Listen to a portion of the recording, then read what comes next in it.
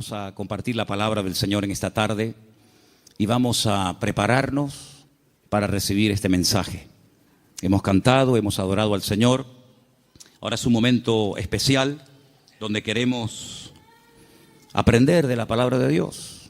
Así que cierra tus ojos y pídele al Señor que hable a tu corazón y que podamos disfrutar de este tiempo. Aleluya. Señor, te damos muchísimas gracias en esta tarde por esta oportunidad y este privilegio que nos das de estar aquí reunidos. Gracias, Señor, porque hemos sentido tu presencia desde que esta tarde hemos entrado por esas puertas. Sabemos que tú estás en medio de nosotros. Quiero pedirte que tú bendigas esta palabra y que sea de bendición para todos y cada uno de nosotros, que podamos interiorizar estas verdades y que podamos, Señor, oír tu voz y aprender de ti. Te lo pedimos en esta tarde con todo el corazón, en el nombre de Jesús. Amén y amén. Quiero llevarles a Juan, capítulo 8. Después iremos un poquito más adelante. Concretamente quiero leerles el versículo 32. Los niños sí pueden pasar a sus clases, por favor, a las clases de la escuela dominical. Muy bien. Las maestras de escuela dominical me pidieron que ya comencemos a preparar más salones para los niños, porque gracias al Señor tenemos un problema para meter a más niños. Así que después vamos a tener una reunión a ver dónde metemos a tantos chicos. Juan capítulo 8, verso 32 es un versículo que todos ustedes, si se han fijado, lo tienen ya que saber de memoria, porque justamente lo tenemos aquí arriba. Conoceréis la verdad y la verdad os hará libres. ¿Lo decimos juntos? Conoceréis la verdad y la verdad os hará libres. Nos vamos a San Juan, capítulo 18, del versículo 36 en adelante. Juan 18, 36. Respondió Jesús: mi reino no es de este mundo. Si mi reino fuera de este mundo, mis servidores pelearían para que yo no fuera entregado a los judíos. Pero mi reino no es de este mundo. Le dijo entonces Pilato: ¿luego tú eres rey? Respondió Jesús: tú dices que yo soy rey. Yo para esto he nacido y para esto he venido al mundo, para dar testimonio a la verdad. Todo aquel que es de la verdad, oye mi voz. Escuchen la pregunta de Pilato ahora. Le dice Pilato: ¿qué es la verdad? Y cuando hubo dicho esto, salió otra vez a los judíos y les dijo: yo no hallo en él ningún delito. Qué pregunta tan interesante. ¿Qué es la verdad? ¿Dónde puedo encontrarla? Una autoridad romana haciéndole semejante pregunta al Señor Jesucristo. Desde el principio de los tiempos, si ustedes comienzan a leer la Biblia con detenimiento, se van a dar cuenta de que Dios siempre ha querido compartir verdades con el hombre. Dios siempre ha querido bendecir a la humanidad, siempre. Y todo lo que Dios ha ido enseñando y compartiendo y transmitiendo a lo largo de los tiempos es para que el hombre conozca las verdades, los principios de Dios, los principios del reino de Dios, a través de los cuales Dios se da a conocer y Dios se manifiesta y Dios opera en la vida de los seres humanos. Pero toda la verdad de Dios no fue revelada de golpe, sino que podemos decir en cierto sentido que la verdad de Dios, las verdades de Dios, fueron reveladas progresivamente. Adán no tenía todas las verdades, Abraham tampoco las tenía, ni David, sino que fue algo que Dios fue manifestando con el paso del tiempo. Ahora, hay un momento puntual en la historia en el cual Dios, a través de un hombre llamado Moisés, decide dar, permítame la palabra, un gran paquete de verdades para que él a su vez se las transmita al pueblo de Israel. Y ese paquete de verdades, ese montón de grandes enseñanzas e instrucciones verídicas de parte de Dios, la conocemos con el nombre de la Torá, o la ley de Moisés, el Jumash, el Pentateuco, los primeros 5 libros de la Biblia, donde ustedes pueden encontrar instrucciones y verdades que se pueden aplicar a la familia, a la economía, a la agricultura, al comercio exterior, a las relaciones entre seres humanos, etcétera, etcétera. Total, 613 mandamientos, 613 verdades que Dios transmite al pueblo de Israel, y a su vez el pueblo tenía la obligación de transmitirlas al mundo, porque Israel tenía que ser en aquel tiempo la luz en medio de la oscuridad donde estaban las naciones que le rodeaban. Pero sin embargo, cuando vamos al Nuevo Testamento, al Nuevo Pacto, encontramos que la verdad en sí misma, ese concepto que decimos, bueno, la verdad, ¿dónde está? ¿Se puede medir? ¿Se puede pesar? ¿Se puede enseñar? Ese concepto de la verdad se encarna, se humaniza en la persona de Jesús. Él llega a decir un día en una conversación muy interesante que mantiene con sus discípulos, si la quieren conocer, está en Juan capítulo 14, donde él observa a sus discípulos después de haberles anunciado que se va a marchar, que tiene que volver a la presencia del Padre. Pues él dice que los nota tristes y les dice, miren, no se turben, no se preocupen, no se turbe vuestro corazón. Si creen en Dios, crean también en mí. En la casa de mi Padre muchas moradas hay. Si así no fuera, yo os lo hubiera dicho. Yo simplemente lo que voy a hacer es, voy a ir a preparar un lugar para que donde yo estoy, vosotros también estéis conmigo. Y ustedes saben a dónde voy, sabéis el camino. Y en ese momento le interrumpe un discípulo, Tomás, y le dice, Señor, no sabemos a dónde te vas. No tenemos ni idea de lo que nos estás diciendo. ¿Que te vas a dónde? Si no sabemos a dónde vas, ¿cómo vamos a saber el camino?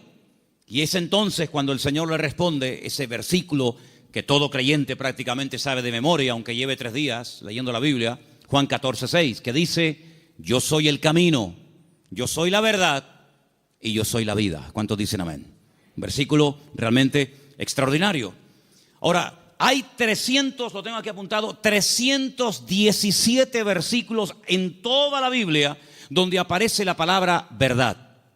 La palabra verdad aparece en el Antiguo Testamento, aparece en el Nuevo Testamento. Es el deseo de Dios que el hombre conozca la verdad. Y la palabra verdad en hebreo se pronuncia emet. Y vamos a ponerla ahí para que ustedes vean cómo se escribe en hebreo la palabra, porque quiero explicarles rápidamente algo muy interesante acerca de esta palabra. La palabra emet se forma con esas 3 letras. La letra, tienen que leer de izquierda a derecha, ¿sí? La alef, la letra men y la letra tav. La letra alef es la primera del alfabeto hebreo. La letra tav es la última y la letra men es la del centro. Y digamos que se hace como una especie de trípode, ¿verdad? Con esas 3 letras se forma la palabra verdad, y de esa palabra salen múltiples combinaciones de todas palabras relacionadas, entroncadas con la palabra verdad, todas, por cierto, muy interesantes. Ahora, déjenme que les comparta algo acerca de la verdad. Cuando vamos a la palabra de Dios, encontramos que todo lo que uno hace en la vida tiene efectos a corto y a largo plazo. Si tú robas algo de alguien, puede ser que termines en la cárcel porque alguien te denuncia. Si tú golpeas a una persona, puede ser que te denuncie y tengas que presentarte delante de un juez. Si tú compras un coche, puede ser que te salga bueno o te salga malo. Es decir, todo efecto, todo lo que hacemos en la vida puede tener efectos positivos o negativos. Si analizamos fríamente a la luz de la palabra de Dios, ¿qué es lo que produce en el hombre? ¿Qué efectos positivos produce en el hombre la verdad? Es increíble. Lo primero que produce la verdad en la vida de la persona, como leemos aquí arriba, es libertad. Pero claro, uno tiene que decir o preguntarse, ¿libertad de qué? Cuando Jesús pronunció esta famosa frase, conoceréis la verdad y la verdad os hará libres, Él la pronunció en un contexto cultural y social completamente diferente al que tú y yo vivimos hoy en día. Porque aparentemente no existe esclavitud, pero en aquellos tiempos prácticamente el mundo entero, todo lo que era Europa, Asia y el norte de África, estaba dominado y controlado por un imperio terrible que era el Imperio Romano, donde la población romana, los que tenían la ciudadanía romana, era muy pequeña en relación con los que no tenían ciudadanía romana. Había millones y millones de seres humanos que estaban privados de libertad, es decir, eran esclavos. Claro, ya lo dije en una ocasión. No todos los esclavos tenían la misma posición. Había esclavos que tenían una libertad que otros no tenían, pero igualmente eran esclavos. No tenían derecho a paro, ni jubilación, ni vacaciones, ni descanso, nada que ver. Y cuando el Señor, en ese contexto de opresión, en ese contexto de abuso, en ese contexto donde no hay derechos, donde no hay beneficios de ningún tipo, pronuncia la palabra libertad, tuvo que causar un impacto tremendo, porque era el sueño de todo esclavo, poder algún día llegar a ser libre. La libertad que el Señor ofrece en su palabra no está basada en una libertad temporal, no está basada en una libertad que yo he podido comprar con dinero. ¿Se acuerdan ustedes cuando un día fueron a azotar a Pablo? Él dijo: yo soy ciudadano romano. Los ciudadanos romanos tenían derecho a ser juzgados previamente antes de ser condenados. Así que ándate con ojo qué es lo que vas a hacer, porque yo soy ciudadano romano y tú me quieres dar una paliza con el látigo, sabes que no lo puedes hacer. Dice que tuvieron temor. Y el centurión, la persona que lo iba a castigar, le dice: yo con una gran suma de dinero obtuve la ciudadanía. ¿Y tú de dónde tienes la ciudadanía romana? Dice: yo la tengo desde la cuna, porque él fue ciudadano romano desde su nacimiento. Y es interesante notar cómo en la Biblia hubieron personas que se jugaron la vida y se escaparon de la opresión de sus amos porque querían ser libres. Y tenemos una carta en el Nuevo Testamento, que es la famosa carta de Pablo a Filemón, donde él intercede por la vida de un esclavo llamado Onésimo, cuyo nombre significa útil, pero que fue un inútil durante un tiempo y le robó y le defraudó. Y Pablo intercede delante de su amo para que no lo mate. Y le dice: mira, recuerda que tú me debes algunos favores y estoy convencido que por la madurez que creo que tienes, tú vas a hacer mucho más de lo que te estoy pidiendo. Y si algo te ha robado o si en algo te ha defraudado, ponlo a mi cuenta, dice el apóstol Pablo. Y en cierto sentido es como una metáfora, aunque fue un hecho real, es como una metáfora de lo que ha ocurrido en nuestra vida. Porque la Biblia dice que espiritualmente hablando, todos nosotros durante años de nuestra vida fuimos esclavos de nuestras pasiones y deseos, esclavos de complejos, esclavos de ataduras, esclavos en definitiva del pecado. Creíamos que éramos, y en el fondo éramos unos auténticos esclavos, o vivíamos para una sustancia que nos tenía atrapados y anulada completamente nuestra libertad y nuestro libre albedrío. Hasta que dice la Biblia que a través de la sangre de Jesucristo, que venció al diablo y rompió todas las ataduras en la cruz del Calvario, dice que Él compró nuestra libertad a precio de sangre. Y por eso Pablo, cuando le escribe, por ejemplo, a una iglesia en Galacia, le dice: hermanos, ahora que sois libres, sed maduros y no utilicéis la libertad como ocasión para la carne. Es decir, no paséis de la libertad al libertinaje, sino que la libertad que Dios os ha dado es para poder escoger y para poder discernir y para poder saber lo que os conviene y lo que no os conviene. La libertad viene a raíz de conocer la verdad. No hay libertad si uno no conoce la verdad. No hay peor tragedia en la vida que creer en una mentira creyendo que es una verdad.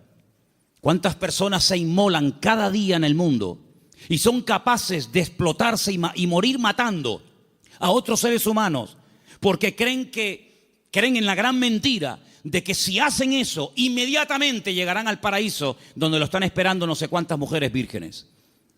Son personas sinceramente equivocadas. No son falsos, no son hipócritas. Son personas que son capaces de dar la vida, pero por una gran mentira, creyendo que es la gran verdad de todos los tiempos.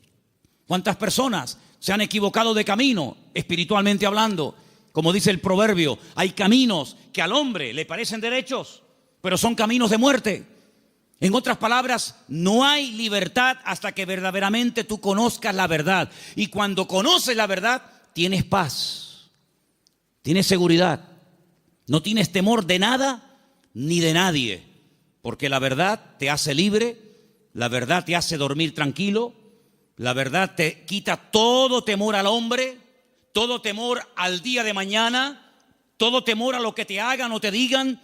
Porque la libertad gloriosa de los hijos de Dios está basada, está fundamentada en un hecho, y es en la verdad de la palabra de Dios. ¿Cuántos dicen amén?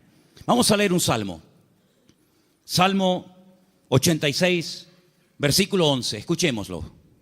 Enséñame, oh Señor, tu camino, caminaré yo en tu verdad. Afirma mi corazón para que tema tu nombre. El salmista le pide al Señor: enséñame, muéstrame el camino, para que yo pueda andar en ese camino, que dicho sea de paso, es un camino basado en la verdad. Hermanos, hay creyentes que han sido víctimas de falsas doctrinas. Hay creyentes que han estado tal vez en otras partes, en otras congregaciones, donde no han conocido totalmente la verdad y los efectos de la verdad en su vida. Una vez visitando un grupo de iglesias en la península, cuando terminé de predicar, el pastor que me había invitado me pidió si por favor podía decirle a los hermanos de la iglesia, los que quisieran, que pasaran adelante para que orara por ellos. Yo le dije: bueno, si usted quiere que yo haga eso, está bien, que pasen adelante los que quieran, que en esta noche oremos por ellos. Cuando me acercaba a la gente que había pasado al frente, yo les preguntaba en baja voz al oído: ¿hay algún motivo, hay alguna cosa por la cual quiere que yo ore por usted? Y me decía, por ejemplo, la primera persona: sí, hermano, quiero que ore por mí porque estoy bajo maldición. Bueno, cuando iba al segundo, me decía más o menos lo mismo. Cuando llegué al tercero y me dijo más o menos lo mismo, digo: un momento. Me volví a subir al púlpito y volví a predicar otra vez. Digo: ustedes son víctimas, ustedes han sido víctimas de una mala enseñanza. Ustedes no están viviendo como creyentes. La Biblia dice: si alguno dice que cree en Él, debe andar, debe comportarse, debe vivir como Él anduvo. En otras palabras, ustedes tienen el nombre de creyentes, de hijos de Dios, pero están viviendo como esclavos. Y el Señor Jesucristo vino a este mundo para deshacer las obras del diablo. Y ustedes no entienden que el Señor Jesucristo, cuando fue clavado en la cruz, cargó, según dice la palabra de Dios, todas y cada una de las posibles maldiciones, y Él se hizo maldición para que nosotros heredásemos bendición. Por lo tanto, ustedes están agarrándose a conceptos distorsionados y equivocados, y esa ignorancia es la que está haciendo que ustedes no vivan bien, no coman bien y no disfruten de la vida gloriosa de un hijo de Dios. Y cuando ellos recibieron esta enseñanza en esa noche y en otros días, ellos comenzaron a darse cuenta de que habían estado atrapados y habían estado esclavizados de mentiras que no sé quién se las enseñó, pero que ellos la abrazaron y la creyeron, interiorizaron esas mentiras, y si la verdad nos hace libres, la mentira nos hace esclavos. Por eso es muy importante, como decía el salmista: Señor, enséñame tu camino, enséñame las verdades de tu palabra para que yo pueda caminar por ellas. Leía en el día de hoy un libro que a mí sinceramente me apasiona, es uno de mis libros favoritos de lo que llamamos el Antiguo Testamento, el libro de Daniel. Hay un momento en el que Daniel ora al Señor pidiendo perdón por los pecados de la nación, sabiendo que el tiempo de la liberación del cautiverio en Babilonia se ha cumplido. Y hay un momento en el que él ora y dice las siguientes palabras. Escúchenlas por favor del libro de Daniel, después les digo dónde estamos leyendo.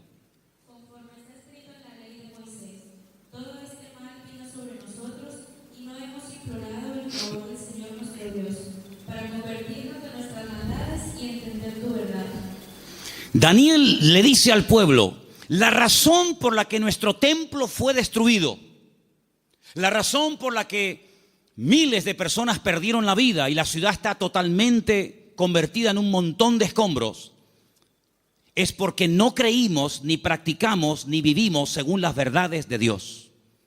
De todos los profetas que había en aquel momento en Jerusalén profetizando, solamente había uno que decía la verdad. Todos los demás le decían a la gente lo que la gente quería oír.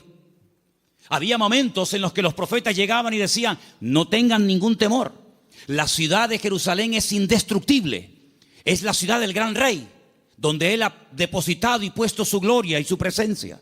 Por lo tanto, ¿qué nación va a ser capaz de venir a Jerusalén y destruirla y quemar la casa de Dios? Olvídense de eso. Lo que Jeremías os predica es falso, es mentira. La ciudad de Jerusalén nunca va a ser tomada ni destruida por el rey Nabucodonosor. Sin embargo, el profeta Jeremías le decía, la ciudad de Jerusalén sería indestructible y el templo sería inviolable siempre y cuando viviéramos en santidad y viviéramos en orden. Pero no lo estamos haciendo. La ciudad se ha llenado de idolatría. El pueblo se ha corrompido. Hay inmoralidad, hay desorden. Es un caos, es un desorden espiritualmente hablando. Y eso es lo que le está permitiendo al enemigo tomar posesión de nuestra tierra. No crean ustedes, durante 40 años estuvo Jeremías predicando esto. Lo metieron en la cárcel, lo torturaron, quisieron matarlo en varias ocasiones. Incluso él llegó un momento en el que dijo, no voy a predicar más, no voy a hablar más, no sirve de nada. Diga lo que diga, no hacen caso. Pero sin embargo el Señor siempre decía, Jeremías, habla y no calles, habla y no calles. Que nunca diga el pueblo que no hubo voz de Dios en medio de Jerusalén. Él les decía, arrepiéntanse, conviértanse al Señor, corrijan sus malos caminos, vuelvan a la senda antigua. Y si no lo quieren hacer, hermanos, les daba el plan B, ríndanse al enemigo. Claro, decirles que se rindieran al enemigo, pero este hombre es un traidor. Este hombre lo que se ha pasado es al enemigo y lo que quiere es que le abramos las puertas de la ciudad al enemigo. Pero Jeremías le decía, es que hay dos opciones, queridos. O se arrepienten y piden perdón al Señor y Dios cambia la ciudad, pero como no lo vais a hacer, la ciudad va a ser tomada. Entonces, antes de perder la vida y pelear por una batalla que ya está perdida de antemano, ríndanse, acepten la evidencia y el Señor les perdonará la vida. Hermanos, ni una cosa ni otra. La ciudad fue destruida, todos lo sabéis. El templo fue quemado, los tesoros del templo fueron llevados a Babilonia. Miles de personas fueron deportadas, entre ellos, uno de ellos era Daniel. Y cuando pasan los años, él le dice al pueblo, hermanos, ¿no os dais cuenta que por no haber creído y practicado la verdad, nos ha pasado lo que nos ha pasado? Hermanos queridos, creer en mentiras, interiorizar mentiras, practicar mentiras, tiene consecuencias a corto y a largo plazo, todas y cada una de ellas destructivas. Si tú crees que eres un inútil, tú vas a vivir creyéndote que tú eres un inútil. ¿Quién te lo dijo? ¿Tu marido? ¿Papá? ¿El profesor? Y tú te has creído esa gran mentira, porque Dios no ha creado seres inútiles. Dios ha creado al hombre a su imagen y semejanza. Es el hombre el que se deteriora, el que se autodestruye a sí mismo. Pero Dios creó al hombre como la corona de la creación. Dios delegó en el hombre responsabilidades que no delegó en animales. Y Dios creó el mundo para el hombre, no el hombre para el mundo. Pero lamentablemente el hombre prefiere creer en mentiras en vez de creer en verdades. Y por eso muchas veces es un auténtico esclavo de su ignorancia, de sus errores y de sus mentiras. Pero la libertad gloriosa de los hijos de Dios viene única y exclusivamente cuando experimentamos la verdad en nuestras vidas. He preparado una pequeña selección de versículos. Vamos a leerlos, por favor. Algunos de ellos están en Proverbios. El anterior les dije que estaba en Daniel 9:13.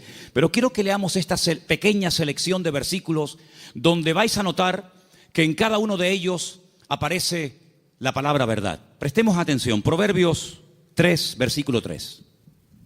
Aparten de ti la misericordia y la verdad. Átalas a tu cuello, escríbelas en la tabla de tu corazón. David le daba tanta importancia a la verdad en la vida de su hijo Salomón que le dijo, nunca te apartes de la verdad. Si tienes que amarrarla de una forma metafórica en tu cuello, hazlo. Pero que la verdad sea el fundamento de tu vida, de tu existencia. Proverbios 16:6. Con misericordia y verdad se corrige el pecado, y con el temor de Dios los hombres se apartan del mal. Con misericordia y con verdad. No solamente con misericordia, sino también hay que decir, mira, esto te ha pasado por esto, por esto, por esto. Y como yo le dije al principio, prefiero que la gente se ofenda y se sienta aludida por oír verdades que endulzarles los oídos con adulaciones y con mentiras que al fin y al cabo lo que te van a perjudicar sin lugar a dudas. Por lo tanto, si hay algo en nuestra vida que tiene que ser corregido, no va a ser corregido con adulaciones. No pasa nada, no te preocupes. No, es que le acabo de pegar una paliza a mi mujer. No pasa nada, seguramente se lo merecía. ¿Cómo? ¿Pues qué dices? No, es que acabo de robar en la tienda. Bueno, seguramente no tenías para comer y claro, lógicamente tenías que robar. No, no. Las iglesias, por lo menos esta, no se abrió en su día para decirle a la gente lo que en el fondo le gustaría oír. Esta iglesia se abrió y se mantendrá abierta hasta que Dios quiera para predicar verdades, aunque duelan, aunque sean contrarias a lo que dice el mundo. Pero la verdad te hará libre y lo que queremos es que la gente que venga aquí sean libres de sus ataduras, de sus complejos y de cualquier otra historia que les esté haciendo daño. Por lo tanto, la verdad es la que va a corregir nuestra vida. Ahora, si tú buscas la verdad, dijo Séneca, corres el riesgo de encontrarla. Si buscas la verdad, puede ser que la encuentres y tendrás que hacer un ajuste entre tu creencia, entre tu doctrina, tu opinión personal y la verdad revelada de Dios. ¿Estás dispuesto a adaptarte a la verdad de Dios? Sigamos. Proverbios 28:20. El hombre de verdad tendrá muchas bendiciones, mas el que se apresura a enriquecerse no será sin culpa. Ese versículo es buenísimo. ¿Lo oíste? El hombre de verdad tendrá muchas, ¿qué? Bendiciones. ¿Quieres ser un hombre bendecido? ¿Cuántos quieren ser un hombre bendecido? Pues tienes que creer, interiorizar y practicar muchas verdades. Y cada una de ellas traerá una bendición para tu vida, sin lugar a dudas. Nos vamos a la carta de Pablo a los Gálatas, capítulo 2, verso 14. Y dice así. Pero cuando vi que no andaban rectamente conforme a la verdad del Evangelio, dije a Pedro, delante de todos, si tú, siendo judío, vives como los gentiles y no como judío, ¿por qué obligas a los gentiles a judaizar? Pedro pasó un tiempo con el apóstol Pablo y se comportaba de una forma, y cuando vinieron judíos desde Jerusalén, se comportaba de otra. Y Pablo observó que delante de unas personas se comportaba de una manera, y cuando esas personas no estaban, se comportaba de otra. Y Pablo dijo, no estás actuando conforme a la verdad. El creyente es igual dentro de la iglesia que fuera. Es igual en lo privado que en lo público. Por la mañana o por la noche, da igual. No es que es un disfraz que me pongo para venir aquí y pongo cara de santurrón y de bueno y luego en la calle soy un demonio en mi casa. No. Pablo dijo, no andáis rectamente conforme a la verdad. Y lo corrigió, porque acabamos de leer que el pecado, lo deficiente, lo incorrecto, ¿cómo se corrige? Con misericordia, pero también con verdad. Seguimos en Gálatas, capítulo 3, verso 1, y dice: Oh Gálatas insensatos, ¿quién os fascinó para no obedecer a la verdad? A vosotros ante cuyos ojos Jesucristo fue ya presentado claramente entre vosotros como crucificado. Hay un momento en el que entran en la congregación personas que comienzan a enseñar cosas diferentes a las que aprendieron a través del apóstol Pablo, fundador de la iglesia. Le llega la noticia al apóstol Pablo y les escribe una carta y les dice, pero ¿por qué no estáis obedeciendo a la verdad? Luego, la verdad no es simplemente para decir estoy de acuerdo con ella, sino es para obedecerla. Es decir, por eso dije antes, no me diga amén y después hace otra cosa. Porque el daño se lo va a hacer usted. A mí no me va a producir ningún daño. El que usted diga a una cosa que yo predico amén y que luego no la practique, a mí no me va a perjudicar lo más mínimo. Pero cuando usted le manda al cerebro una orden, cuando el cerebro con su boca oye una cosa, usted con su boca dice una cosa, pero luego hace otra, está demostrado científicamente, créame esto, hermano. Cuando usted con sus palabras dice una cosa, pero hace otra, usted está enfermando su mente. ¿Qué le parece? Últimamente se han hecho experimentos en este sentido y se han preguntado muchos médicos y muchos doctores y muchos científicos, ¿cómo es posible que haya gente que aparentemente le tiene que ir bien en la vida, que tienen buenos trabajos, buenos coches, buena ropa, buena casa, etcétera, etcétera, y están como perturbados, están como hay un conflicto en su mente? Y llegaron a la conclusión de que cuando una persona con la boca dice una cosa, pero luego hace otra, está envenenando su cerebro. Así que mejor es estar con la boca cerrada que decir estoy de acuerdo, amén, voy a hacer esto, y luego estás haciendo todo lo contrario, te estás perjudicando. Así es que el apóstol Pablo dice, ¿por qué no estáis obedeciendo a la verdad? Porque la verdad no es para que digáis, ay, qué bonita. La verdad es para obedecerla. Y cuando se interioriza y se obedece a la verdad, automáticamente trae el fruto de paz, de seguridad, de libertad, etcétera, etcétera. Vamos a 2 de Timoteo 2:15. Otro texto, por cierto, muy interesante, que dice así. Procura con diligencia presentarte a Dios aprobado, como obrero que no tiene de qué avergonzarse, que usa bien la palabra de verdad. Que usa bien. Hay gente que conoce la palabra, pero la tergiversan, la manipulan, quitan parte del versículo o añaden cosas que no dice la Escritura. Y te dice, oye, ¿cómo saben esta gente la palabra? ¿Cómo la conocen? No, la manipulan. Y uno de los peores pecados que podemos hacer es amañar, manipular la Escritura para enseñar medias verdades. Yo dije en una ocasión, y lo vuelvo a repetir hoy, que cuando en la vida de un creyente viene una enseñanza, un mensaje que está basado en mentiras, automáticamente la persona, por la experiencia, por el discernimiento espiritual o por el conocimiento, aunque sea mínimo, de la Escritura, automáticamente lo descarta, porque dice, eso no es verdad, eso es mentira. Si una persona viene y te da un mensaje basado puramente en la verdad, todo es verdad desde el principio hasta el final, no hay ningún problema, no hay que cuestionar nada porque reconoces que es la verdad. El problema está cuando se mezclan verdades con mentiras.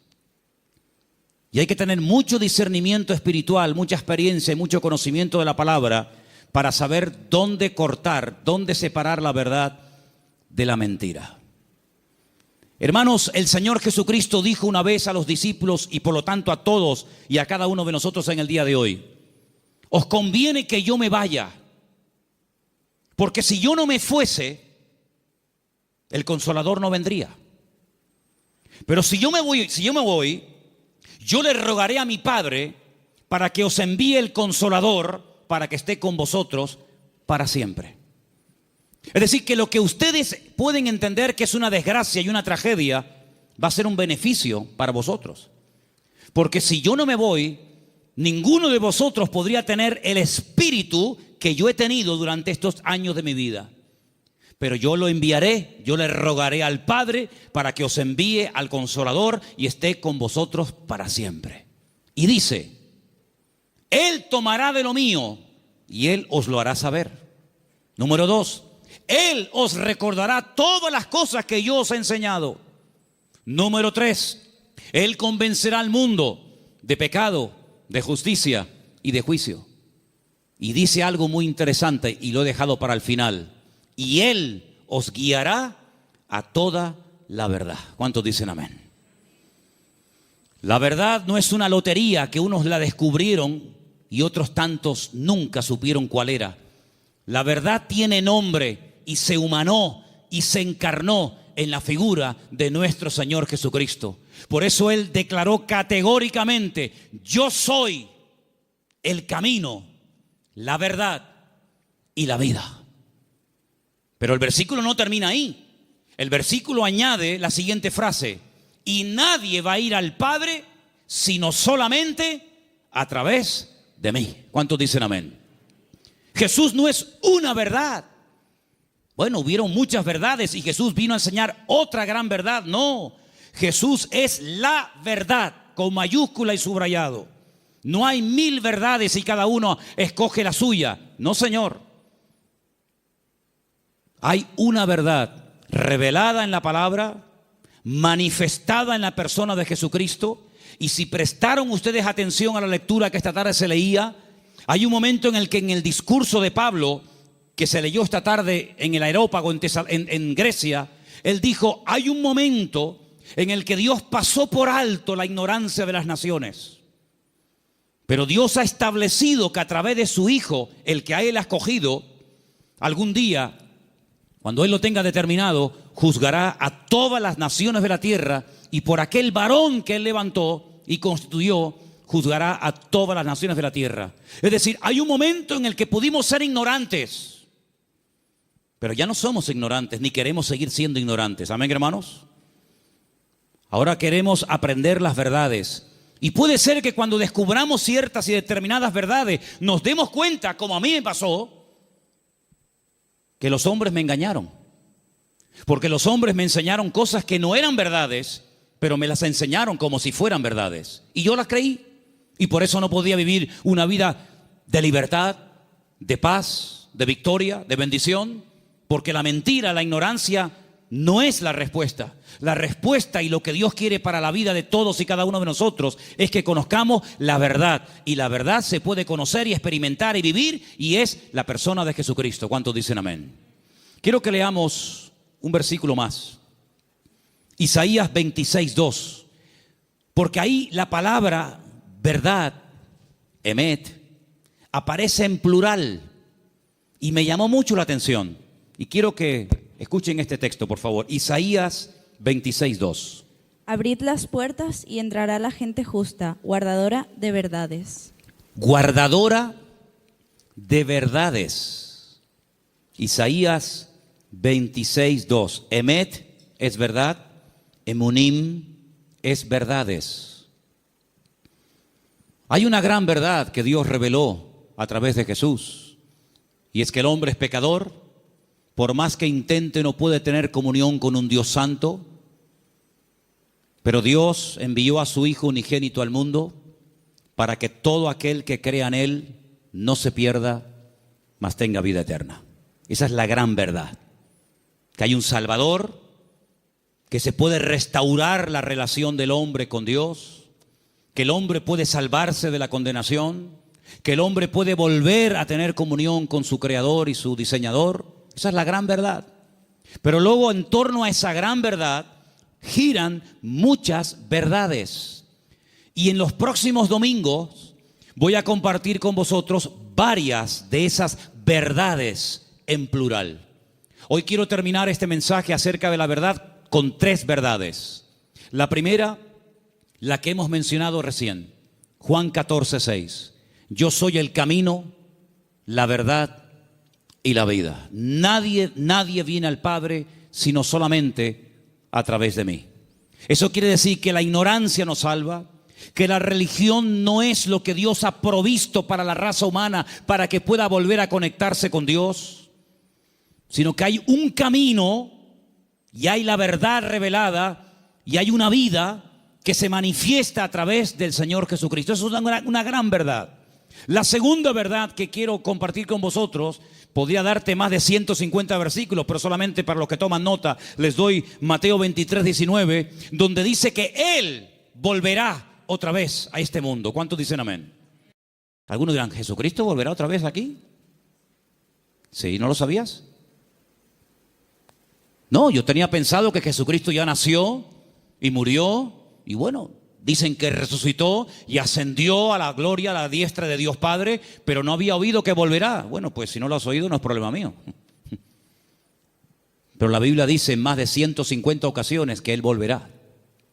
Y en esta ocasión no pasará desapercibida su venida, como pasó en la primera venida, que había nacido en un pequeño pueblo de Judea, en el sur de Israel, llamado Betlehem, la casa del pan o Belén.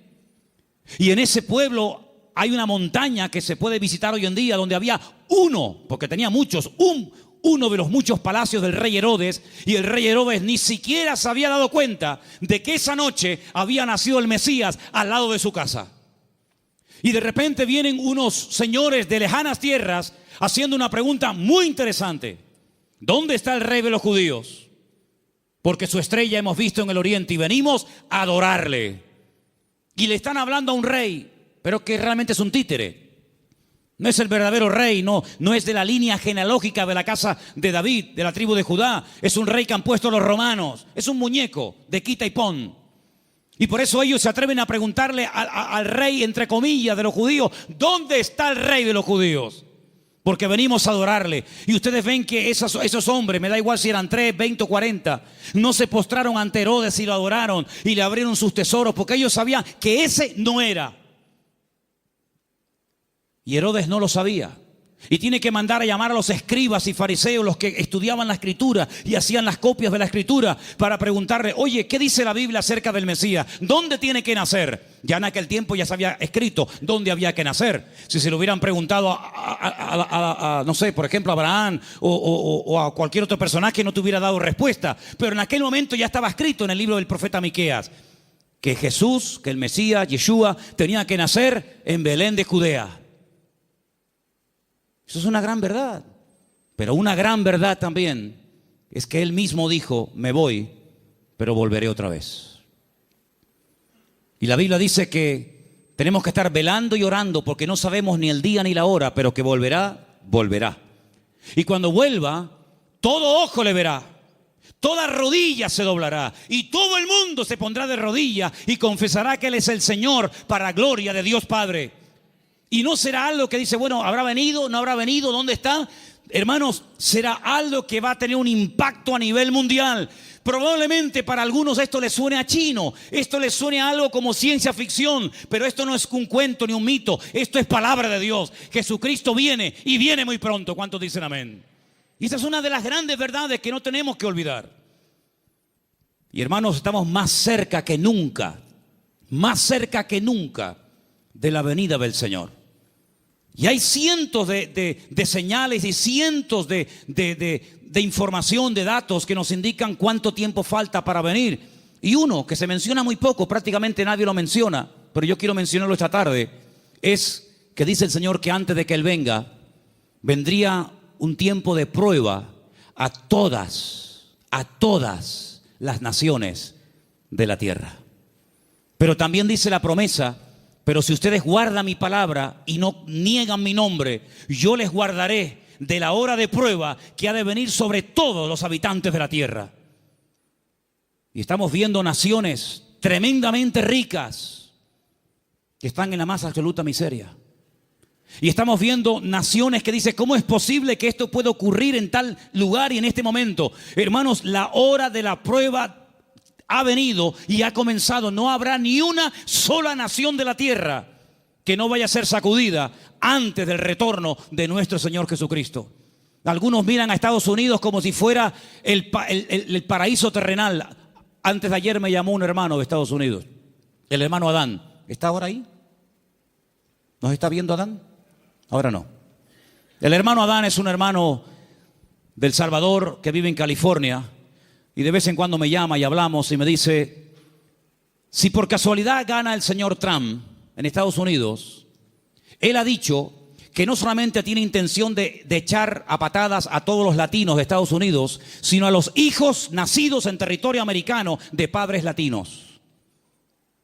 Ahora resulta que se jugaron la vida muchos hermanos y personas veían a Estados Unidos como decir, no, vámonos para allá y mira tú por dónde, que a lo mejor, no lo sé, dentro de un año a todos los latinos los meten en un barco y los echan cada uno a su tierra. Y entonces yo le diré a más de uno, te lo dije, la salvación no se llama USA, la salvación se llama Jesucristo. Me escriben todos los días de Venezuela, todos los días me mandan correos pidiéndome ayuda, pidiéndome auxilio, que quieren salir por la frontera de Colombia, que quieren salir por no sé qué sitio. Y yo a todos les digo lo mismo. Digo, hermanos, en Venezuela hay iglesias de miles y miles de miembros que no hay en España. En Venezuela hay millones de creyentes, cosa que en España no hay. Es mucho más fácil que un venezolano se convierta que un español en España se convierta.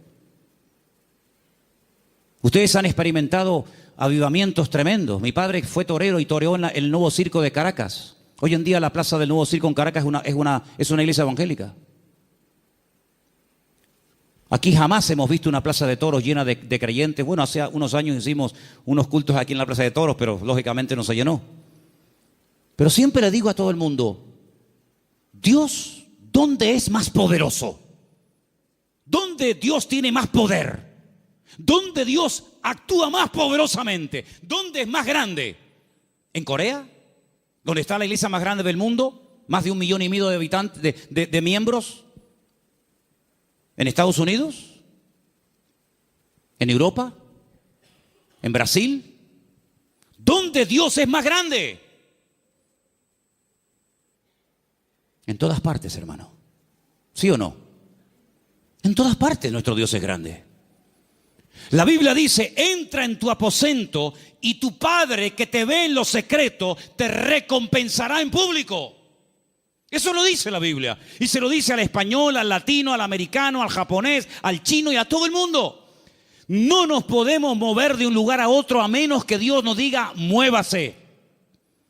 Abraham se fue a Egipto cuando había crisis económica en Canaán. Y él se fue a Egipto a buscar trabajo, a buscar comida para los animales y para su familia, a buscar agua para sus ovejas.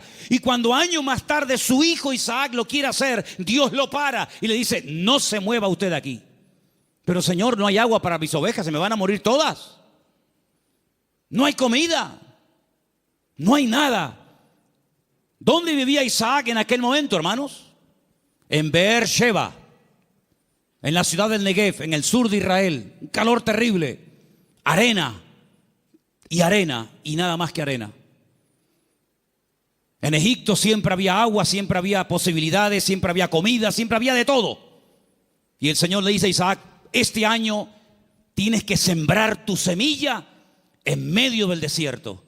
Yo no sé si hay aquí algún agricultor, alguien que entienda de campo, pero si usted siembra semillas en el desierto, me da la impresión de que no va a cosechar una buena cosecha. No sé, me da la impresión de que no. Pues dice la Biblia que al año siguiente, cuando llegó el tiempo de la cosecha, Isaac cosechó a 100 por 1. Es decir, siembro una semilla y recojo 100 por cada una que he sembrado. Una desproporción increíble. Los filisteos vinieron y le dijeron, queremos hacer un pacto contigo. Y le dice Isaac, ¿ahora quieren hacer un pacto conmigo? Primero me echan, me amargan la vida y ahora quieren hacer un pacto conmigo. Pero es que la bendición de Dios siempre despierta envidia. Y los filisteos se dieron cuenta de que los pozos que él había heredado de su padre, estos por un acto de maldad le tiraban tierra y piedras y lo querían taponar, pero sin embargo abrían otro lugar y descubría agua y en otro y en otro. Y era imposible frenar y era imposible impedir que la bendición de Dios estuviera con Isaac.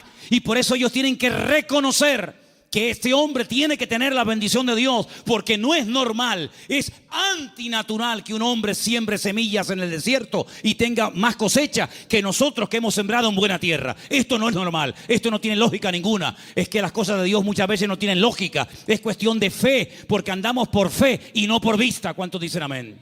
Entonces, hermanos, la gran verdad de todo esto, ¿cuál es? Busquen a Dios. Busquen a Dios donde quiera que se encuentren. Me da igual si es en Egipto, me da igual si es en Venezuela, me da igual si es en África, me da igual. Nosotros hemos ido a África unas cuantas veces, Armando lo sabe, y Luis también, que vino conmigo. Y hemos visto hermanos en África que tal vez materialmente no tienen ni la 10ª parte de lo que tú y yo tenemos hoy por hoy. Pero la bendición que esa gente tiene en el Señor, jamás en mi vida la he visto en este país, a pesar de que somos del primer mundo. Porque muchas veces confundimos el tener con ser. Y parece que cuando uno tiene, pues estoy bendecido. Yo les prediqué hace poco acerca del Salmo 37 y les dije, hay 2 tipos de prosperidad en la Biblia. Una visible, que es la que nos llama la atención, y otra que no se ve, pero que muchas veces es la genuina. Una que consiste en tener y otra que consiste en ser. Y el Señor nos está enseñando en estos tiempos, a ti y a mí, a ver si nos damos cuenta de una vez, que lo que tenemos que buscar es a Dios, que no hay que buscar trabajo, que no hay que buscar prosperidad, lo que hay que buscar es al Señor, porque buscando al Señor todo lo demás viene por añadidura. Y llevo 35 años predicando esto, y algunos lo hacen y otros todavía lo cuestionan, pero yo te digo, la Biblia dice, buscad primeramente el reino de Dios y su justicia, y todo lo demás vendrá por añadidura. Y uno dice, bueno, y si yo quiero estudiar y saber qué es todo lo demás, el mismo pasaje te lo dice. Jesús se para con sus discípulos y dice, vamos a ver, la gente del mundo, ¿qué busca sinceramente? La gente que no se congrega, ¿qué es lo que buscan? Bueno, pues buscan un buen trabajo para tener una buena casa, un buen coche si puede ser, buena ropa, poder viajar y tener vacaciones, y si me puedo comprar el ordenador de último modelo me lo compro, y si puedo. Esa es la meta de la gente del mundo, tener cosas a través de su esfuerzo de trabajo. Muy bien. Dice, pero vosotros no podéis vivir así. Ustedes lo que tienen que hacer es no preocuparse por qué voy a comer mañana, no preocuparse por lo que me voy a poner mañana de ropa, Ese estilo de vida es el estilo de vida de los gentiles, de los que no me conocen a mí. ¿Es que acaso ustedes no se dan cuenta que los pájaros no siembran ni guardan en graneros y vuestro Padre Celestial los alimenta? ¿No os habéis dado cuenta de eso? Todo lo que Dios pone a nuestro alrededor es una enseñanza objetiva. Si no lo ves a Dios en el amanecer, lo ves en el atardecer. Si no, en la luna llena o en la luna menguante. O lo ves en el canto del pájaro, o en la ola. O en todas partes puedes ver a Dios si lo quieres ver. Si no lo quieres ver, no lo vas a ver a medio centímetro de tu cuerpo. Por lo tanto, el Señor dice, mire, los pájaros no siembran ni ciegan y Dios los alimenta. ¿Cuánto más a vosotros, hombres de poca fe? ¿Qué reprimenda les está echando el Señor? ¿Qué te crees, que por trabajar más vas a ganar más? Tú vas a ganar lo que Dios quiere que ganes. Ni un centavo más, ni un centavo menos. Ya es tiempo de dejarle a Dios que organice nuestro tiempo, que organice nuestro presente, que organice nuestro futuro. Es tiempo de que te comportes como un cristiano. Y un cristiano depende del Señor absolutamente para todo. Desde el aire que respira, desde el agua que toma, de la comida que come, absolutamente para todo. Para que Dios sea glorificado en cada una de las cosas. Esa es la vida que Cristo nos enseña. Y por eso muchas veces me han preguntado, Manolo, ¿por qué en la Biblia se veía tantos milagros con los cristianos? Y hoy en día apenas se ven milagros. Digo, claro, es lógico, hermano. ¿Cómo eran los cristianos del siglo I? Abnegados. Lo primero era la obra de Dios. Dice el libro de los Hechos. Yo no lo he escrito, por eso tengo toda la libertad del mundo para decir esto. Porque si yo lo hubiera escrito, parece que como que estoy defendiendo mis argumentos. Y yo estoy aquí arriba esta tarde defendiendo los argumentos de la palabra de Dios, no los míos. Y dice la Biblia que en la iglesia primitiva no había necesitados. No había hermanos con necesidad económica, ni uno. ¿Y qué hacían? ¿Qué hacían? ¿Cómo se lo montaba esa gente? Dice que los que tenían propiedades las vendían. Lo ponían el precio de lo vendido a los pies de los apóstoles. Y se repartía todo según la necesidad que hubiera. Yo nunca he visto eso. Yo jamás en mi vida he visto eso. Que la gente se desprenda de su patrimonio para ayudar a hermanos que no tienen para comer o para pagar la luz. Yo nunca en mi vida he visto eso. Por eso en la iglesia primitiva se veían cosas que hoy en día no se ven. Dios no ha cambiado. El Evangelio no ha cambiado. Las verdades de Dios son inmutables. Pero he guardado para el final un versículo que fue el versículo que yo utilicé el día 31 de mayo de 1981, cuando a las 6 de la tarde en la calle Galileo 40 en Las Palmas de Gran Canaria yo me graduaba después de 3 años en el seminario.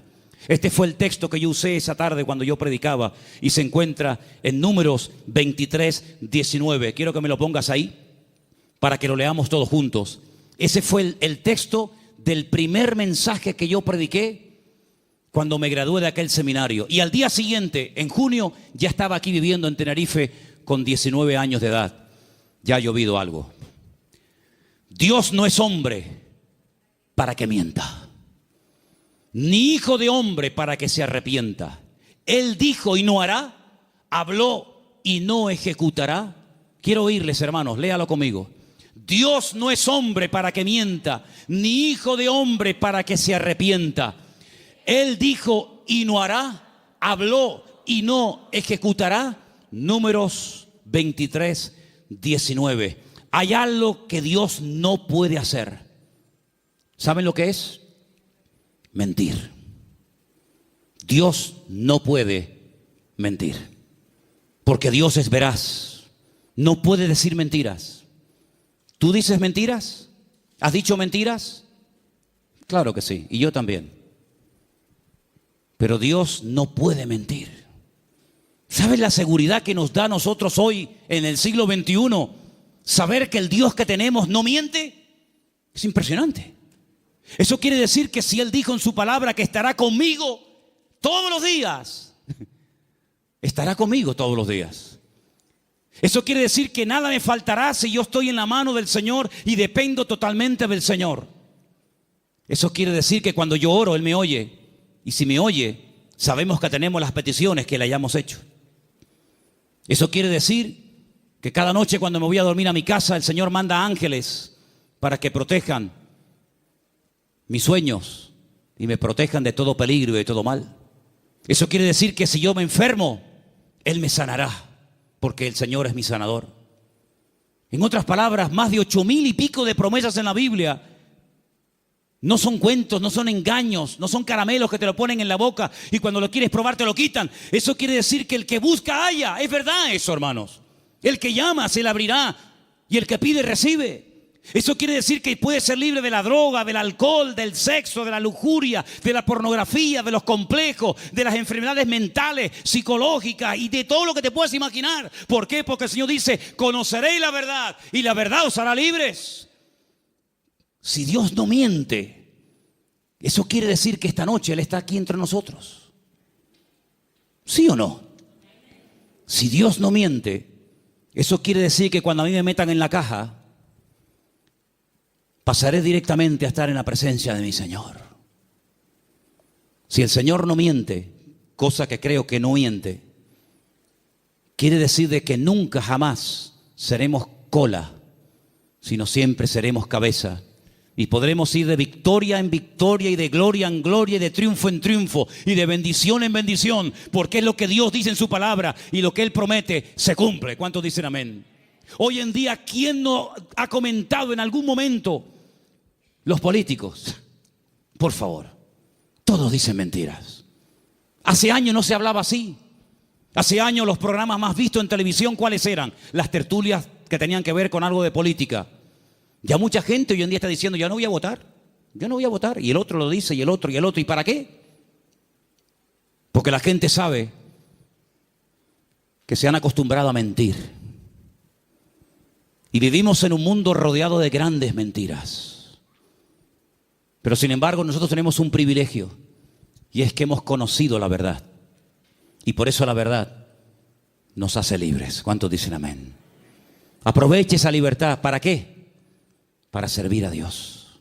Los años que te quedan de vida, el tiempo que te queda de vida, móntatelo de tal manera que te vas desprendiendo de muchas cosas y tener cada día más tiempo para descubrir las verdades que están reveladas en la palabra de Dios. Hoy hemos visto 3 verdades: que Él es el camino, la verdad y la vida, que Él volverá y que Dios no miente. El próximo domingo volveremos a ver más verdades de la palabra de Dios.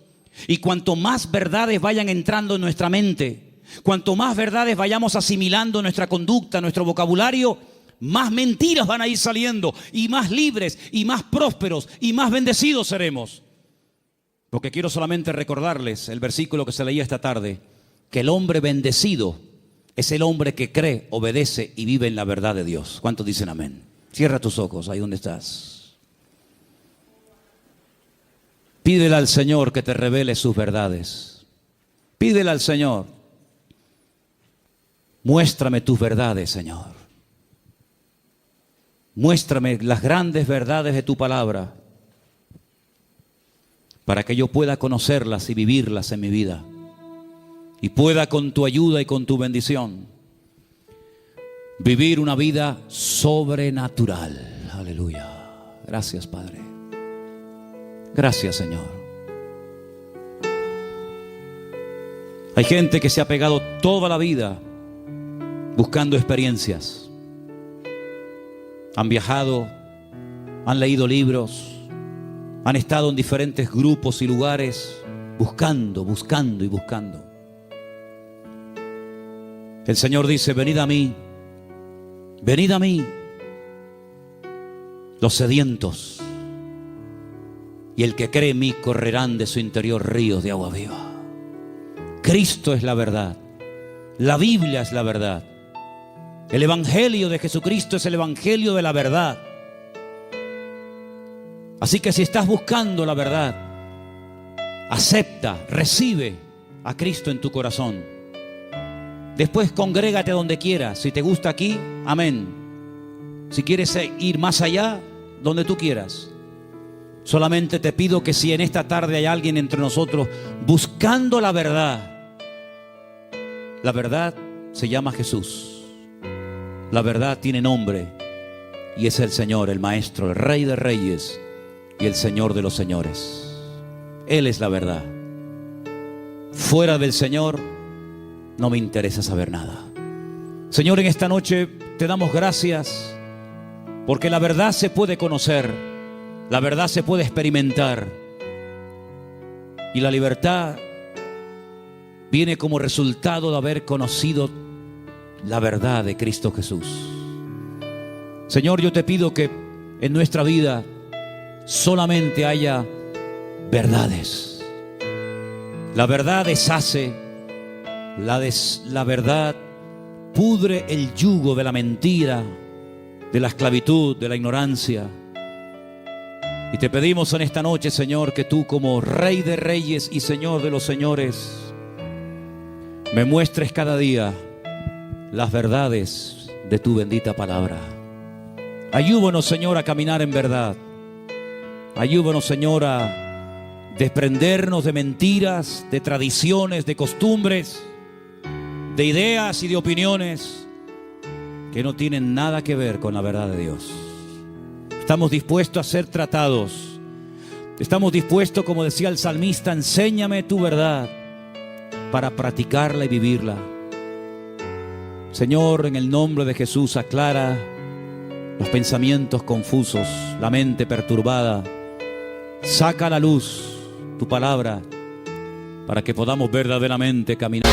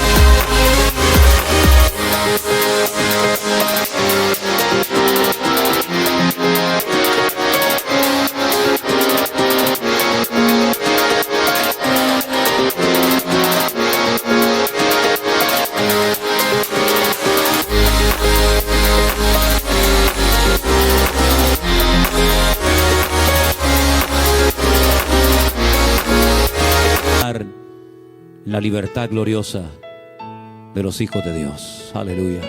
Bendito sea tu nombre, mi Dios. Ahí donde estás sentado, ora al Señor.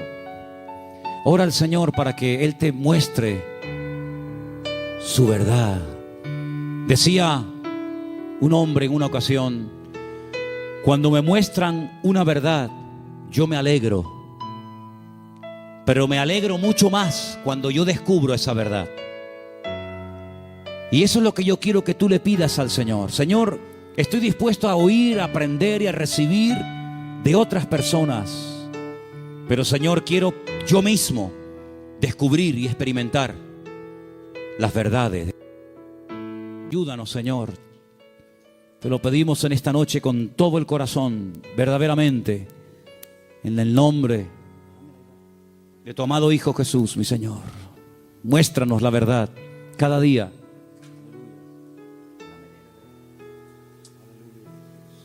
Te adoramos en esta tarde, Señor. Quiero que ores por la persona que está a tu lado. Si es conocido, tu marido, tu esposa, un hermano, no sé. Tómalo por la mano. Quiero que hagas una oración por él. Bendícelo. Hola.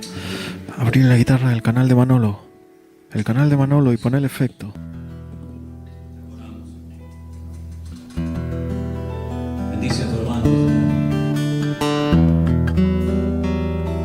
Bendice a esa